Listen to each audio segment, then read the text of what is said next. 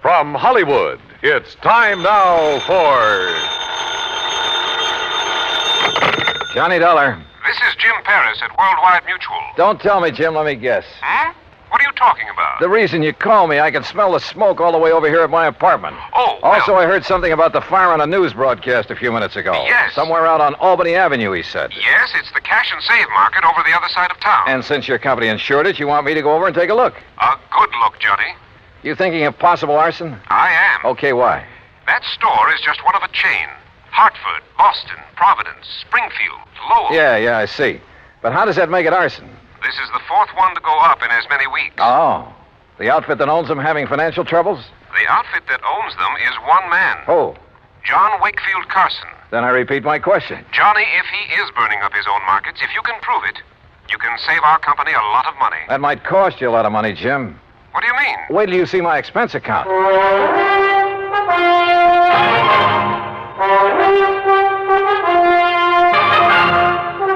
Bob Bailey in the exciting adventures of the man with the action-packed expense account.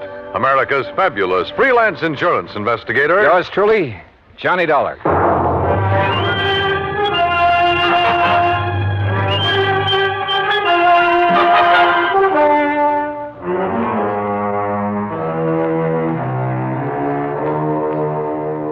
Expense account submitted by Special Investigator Johnny Dollar to the Worldwide Mutual Insurance Company, Home Office, Hartford, Connecticut. Following is an account of expenses incurred during my investigation of the Carson arson matter.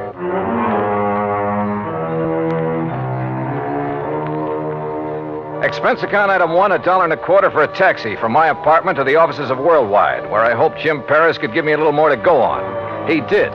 Very little. First loss 4.5 weeks ago was the market up in Thompsonville. How much? Loss in Thompsonville, $41,204. That was the smallest one in the chain. Uh-huh. The following week, the one over in Fall River burned to the ground. And the claim on that? Some $58,000 odd. Nothing odd about that much dough. And the loss in Lowell was a bit over $64,000. How much the claim will be on this one here in Hartford remains to be seen. How much coverage does he have on it? Around $100,000, I believe. Yes, $106,000. Well, then that's probably what he's going to claim. Look, you can still see the smoke out there. Yes, and the telephone report I just got says it looks like a total loss. Will you go over and take a look at it? John Wakefield Carson. That's right. His office is up in Boston. That's where his newest, biggest market is. Oh, how much insurance on that one? Nearly $500,000. It's one of the largest, most modern And supermarkets. I'd better get over and see him in a hurry. Hmm? You want me to get there before that one goes up, don't you?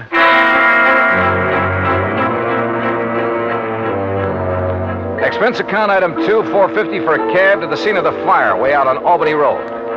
3 or 4 fire companies were hard at it. But it was easy to see there wasn't a chance of saving much. It struck me that this location, part of a brand new residential area, was about as far from an established fire company as it could be. I wondered for a moment if this was deliberate. I finally ran down Hal Gibbons, an old pal, and one of the best men an arson squad ever had. Stick your nose up in the air and take a deep one, Johnny. You smell it? Well, it's not kerosene, Hal. I don't think it's gasoline either. No, but it's something highly inflammable. The boys of that chemical truck could get it out. Might learn something. First, these stores always stock a lot of cleaning fluid, stuff like that. Most of them are not inflammable. Well, how about... Johnny, look out!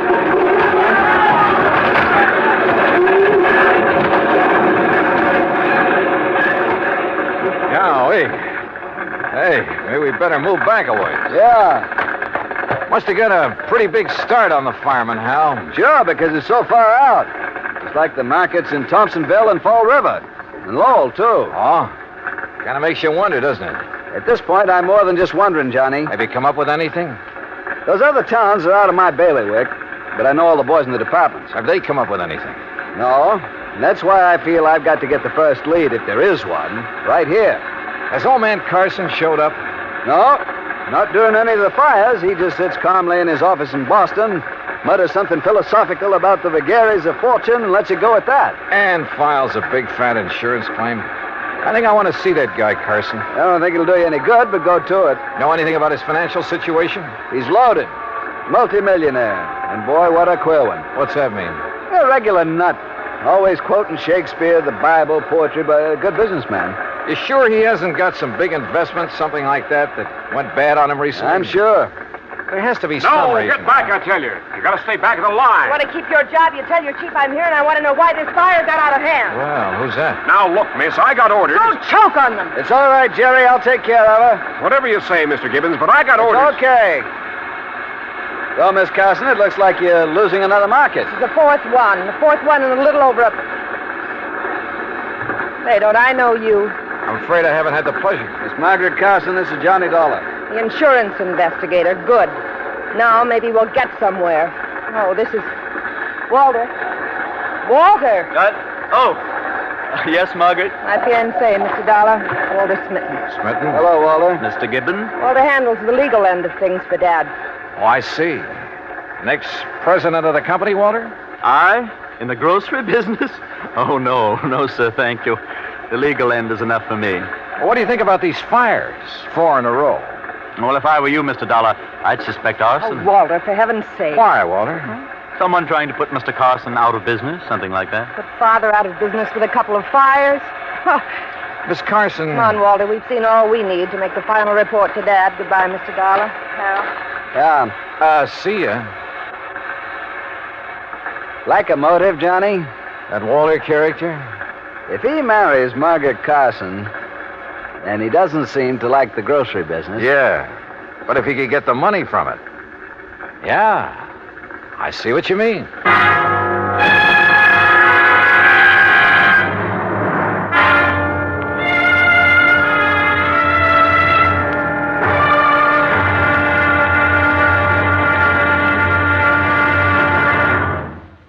Act 2 of yours truly, Johnny Dollar, in a moment. Our flag now numbers 50 stars, and behind each star there stands yet another flag representing one of the 50 states. South Dakota's state flag was inspired by a song. South Dakota is the Sunshine State. A stenographer named Ida Anding designed the flag with a sky blue background and a blazing sun in the center, and the words, South Dakota, the Sunshine State, in gold around the sun. Later, the state seal was inserted over the sun, a seal representing mining and agriculture, the prime pursuits of the state. The state's banner also carries the motto, Under God, the People Rule. South Dakota's state flag, the flag of the 40th state to enter the Union, was adopted on March 8, 1909. And now, Act 2 of yours truly, Johnny Dollar, and the Carson Arson Matter.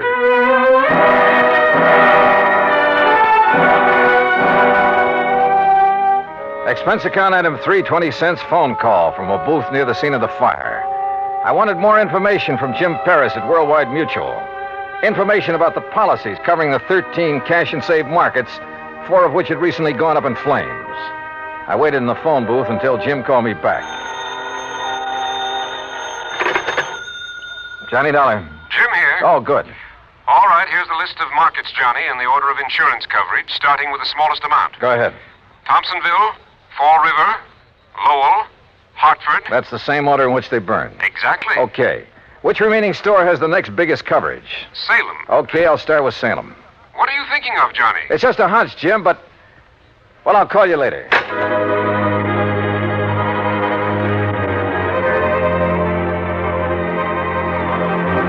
Item 4, $5.25 for a cab back to my apartment. Item 5, $21 even, mileage in my own car, Hartford to Salem, Mass. Despite burning up the highway, it was almost dark when I pulled into Salem. It was well after dark when I finally located the cash and save market. Again, the store was far outside of town, and it was a long way from the nearest firehouse. I don't know exactly why I went there instead of the main office in Boston. After all, it was the same day as the Hartford fire, and the others had all been about a week apart. As I said before, call it a hunch. But as I pulled up in front of the place, I saw the shadow of a man dart furtively around the back of the building. As I reached the far corner of the building, I stopped. But with only the sliver of a crescent moon, I could see no one. Somewhere ahead of me, I heard a door open. Then silence again. But somebody had entered that building. Slowly, cautiously, I felt my way along the wall. And then I came to it. An open door. Storeroom. But inside it was pitch black. I drew my gun and carefully, quietly felt around for a light switch. After stumbling gently against a big packing case, I found it. I hunched down behind the case and flicked it on. All right, where are you? I heard you. I saw you come in here. Now, look, I got a gun, so don't try anything funny. You hear me? Where are you? Right over your head! Oh! I must have been out a long time.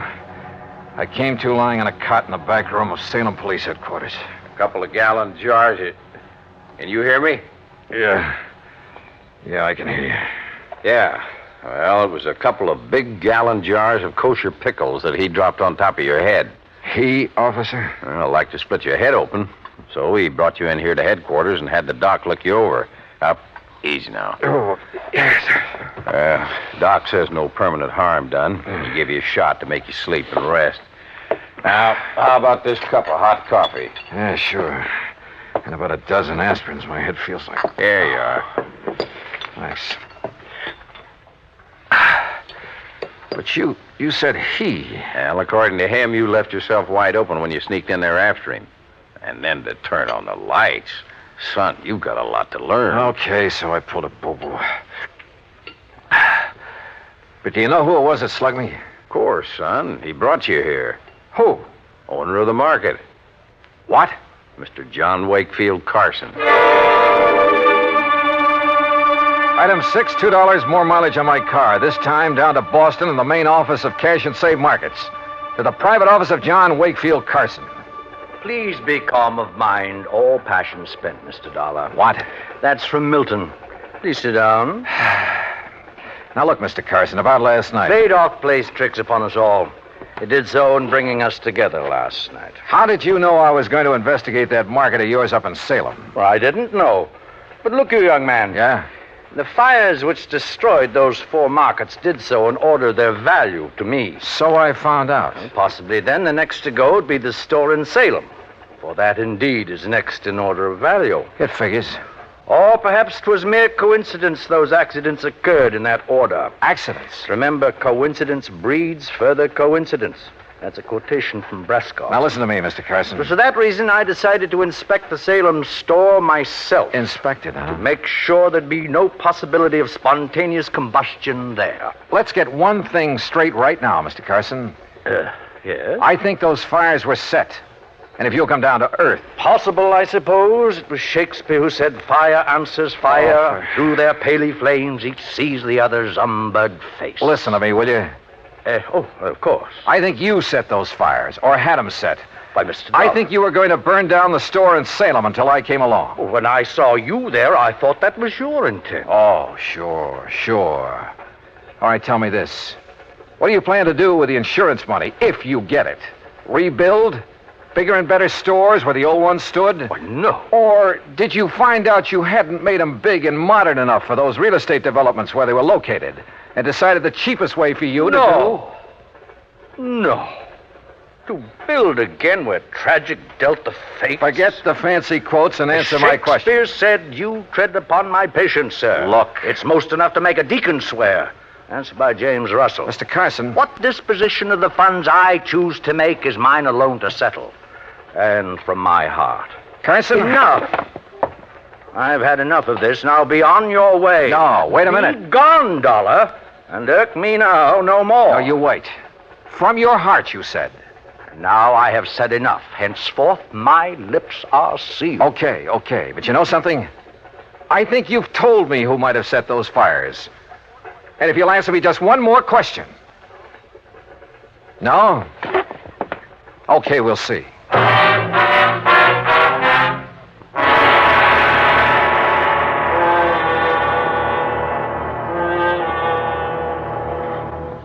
Act 3 of yours truly, Johnny Dollar, in a moment. Sometimes we may wonder why a football team doesn't quit playing and walk off the field when it finds itself 50 points behind with only a few minutes of play to go.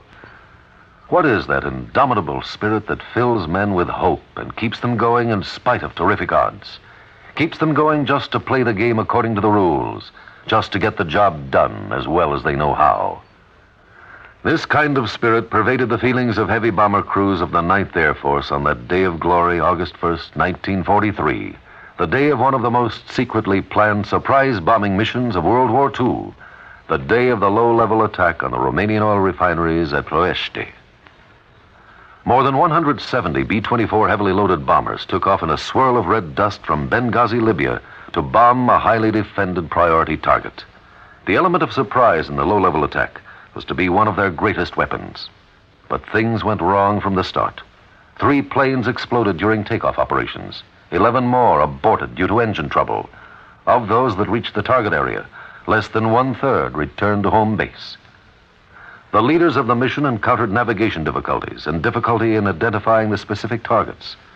And due to the loss of that elemental hope, surprise, they also encountered devastating enemy firepower from flak and fighters. The mission was partially successful, but a horrifying experience. 5 medals of honor were awarded to the heroes of the Ploiești raid for valorous action above and beyond the call of duty. At any time, the men would have been justified in turning back. But they had a code of conduct that made them want to see the unequal game through to the end. It was a job that had to be done, a charge of the Light Brigade in the air as they flew down the Valley of Death to glory. And now, Act 3 of yours truly, Johnny Dollar, and the Carson Arson Matter.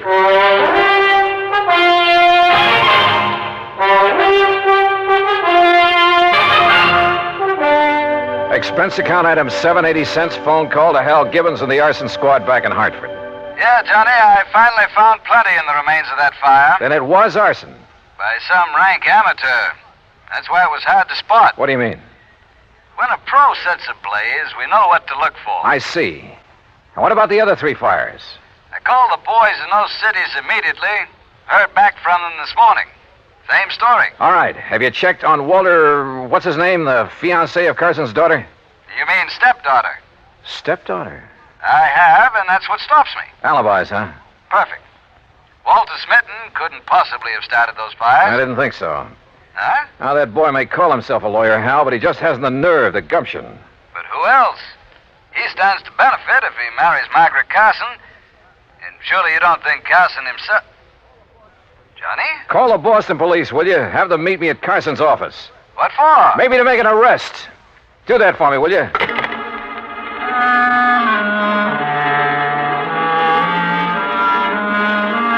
Hunch? Maybe it was more than a hunch now. Sure, I know there was no real clues in the case, but maybe for once I could get along without them. I went back to Carson's office and, I must confess, tried a little bluff. Court? You'd hail me into court? That's right. Unless you open up and tell me what I want to know. Very well. Speak to me as to thy thinkings, as thou dost. And you can remain. forget the quotations. Walter Smitten is your lawyer, isn't he? A timid but an eager lad who saved me many a fall. You like him? Like a son. I would he were my son. Or as the Bible says, a wise son maketh a happy... All right. Oh, yes. You have a stepdaughter, Margaret. Alas, I have. Okay. Now, who is to get the insurance money you may collect? Well, that, sir, is none of your concern. You going to talk now, Mr. Carson, But or it's in a court? family matter. Who gets it? I pledged to my wife before she died that Margaret would have all monies from any profit, any monetary gain of any kind, of any of my ventures. That would include the insurance money. I see. That, Mr. Dollar, was my pledge, and oh, how I have rued it. Why do you say that? She's not of my blood, Mr. Dollar. She has no soul for art or poetry. And since she's come of age, she's made so many demands upon me. Money. That's all she thinks of. And unlike Walter, she's so bold, aggressive, headstrong. Were it not for Walter, I'd mistrust her every move. But if he's in love with her... Because she demands he be. And why? So she can use his legal guidance in her fight to take this business away from me. All right, Mr. Carson. I haven't notified the authorities yet, but I found proof that Margaret is the one who started those fires. You what? And you just told me why. Because the money would go to her. Oh, Mr. Dollar, I'm glad. I've suspected, yes, but because of family honor. No, I'm glad you have proof. At long last, it will take her. Take this millstone from about my neck. Proof, huh? Margaret. Well, Dollar, you'll never live to tell the authorities. Margaret, that gun. Unless you'd like to make a deal, Johnny. Could be worth a lot of money to you. I'd even promise not to set any more fires. Oh, you were right, Mr. Dollar. Unless I'm mistaken, Margaret, the man who just came in... What man? Who heard your little confession is from the police department. You trying to make me look around so you can grab for this gun? Oh, no. Fact remains, he's standing right in back of you. That's right, Margaret. What? No! Oh, my hand! My hand! Oh, my hand! How sharper than a serpent's tooth is an ungrateful child.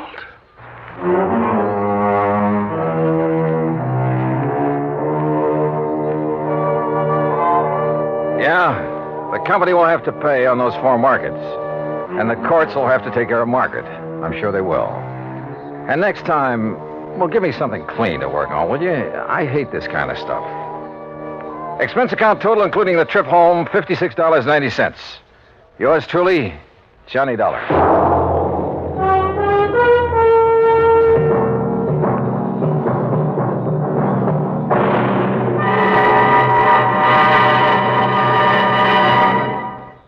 Our star will return in just a moment. Our flag now numbers 50 stars, and behind each star there stands yet another flag representing one of the 50 states. Oklahoma's state flag depicts an Osage warrior's circular buckskin shield from which hang 7 eagle feathers. Across the shield is the Indian's calumet, or pipe of peace, crossed with the white man's peace symbol, the olive branch. On the shield are small crosses, the Indian's graphic sign for stars, indicating lofty ideals or a purpose for high endeavor. The background of the flag is a field of blue, the blue of the Oklahoma sky, signifying loyalty and devotion. The important symbols, however, are the calumet and the olive branch. These override the shield, the symbol of war, and bespeak a predominant love of peace by a united people. Oklahoma's state flag, the flag of the 46th state to enter the Union, was adopted on April 2nd, 1925. Now, here's our star to tell you about next week's story. Next week, the Rolling Stone matter. Remember that old saying about a rolling stone? Well, it applies here, with a vengeance. Join us, won't you? Yours truly, Johnny Dollar.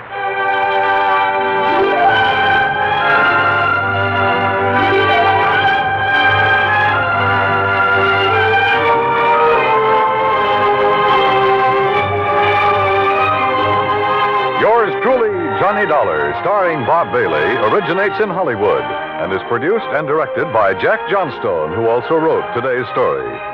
Heard in our cast were Virginia Gregg, Byron Kane, Harry Bartell, Jack Edwards, Joe Kearns, and Forrest Lewis. Be sure to join us next week, same time and station, for another exciting story of yours truly, Johnny Dollar.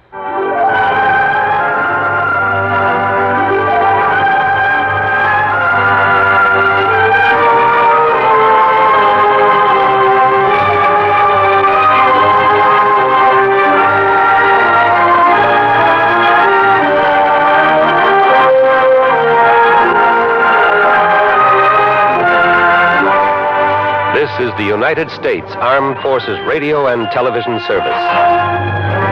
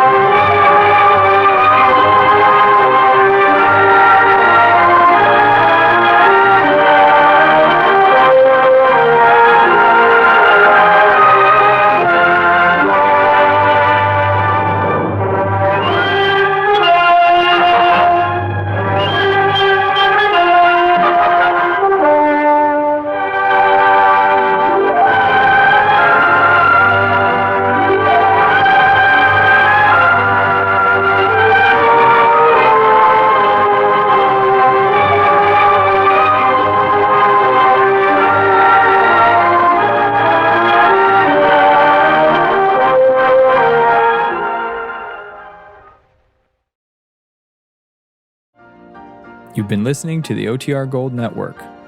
Find more classic radio at otrgold.com.